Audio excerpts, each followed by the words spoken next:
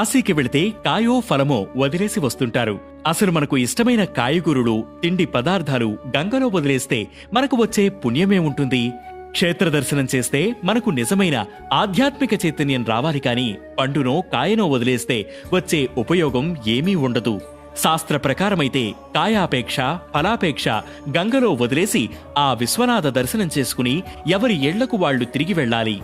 కాయం అంటే శరీరం, చితిలో కాలిపోయే ఆ శరీరంపై కోరికను వదిలేయాలి. అలాగే ఫల అంటే కర్మఫలం. ఏ పని చేసినా కూడా దానిని భగవంతునికి అర్పిస్తున్నట్లుగా భావించి చెయ్యాలి. ఏమాత్రం కూడా ప్రతిఫలాన్ని ఆశించకూడదు. కాశీలో కాయంపై కోరికను, కర్మఫలంపై ఆశను, మమకారాన్ని పూర్తిగా వదులుకోవాలని శాస్త్రం చెబుతోంది. కాలక్రమేణా జన వ్యవహారంలో ఇది కాస్త కాయారేదా పండుగ మారిపోయింది. కాశీకి వెళితే కేవలం భగవంతునిపై మనస్సు లగ్నం చెయ్యాలి. కానీ మన ధ్యాసంతా ఎక్కువగా గంగలో వదిలేసే వస్తువులపైనే ఉంటుంది. అలా వదిలేసి వస్తే ఏదో జరుగుతుందని నమ్మకం. కాబట్టి ఇక మీదనైనా కాశీకి వెళితే భగవంతునిపై మనస్సు పెట్టి ప్రశాంతంగా గడపండి.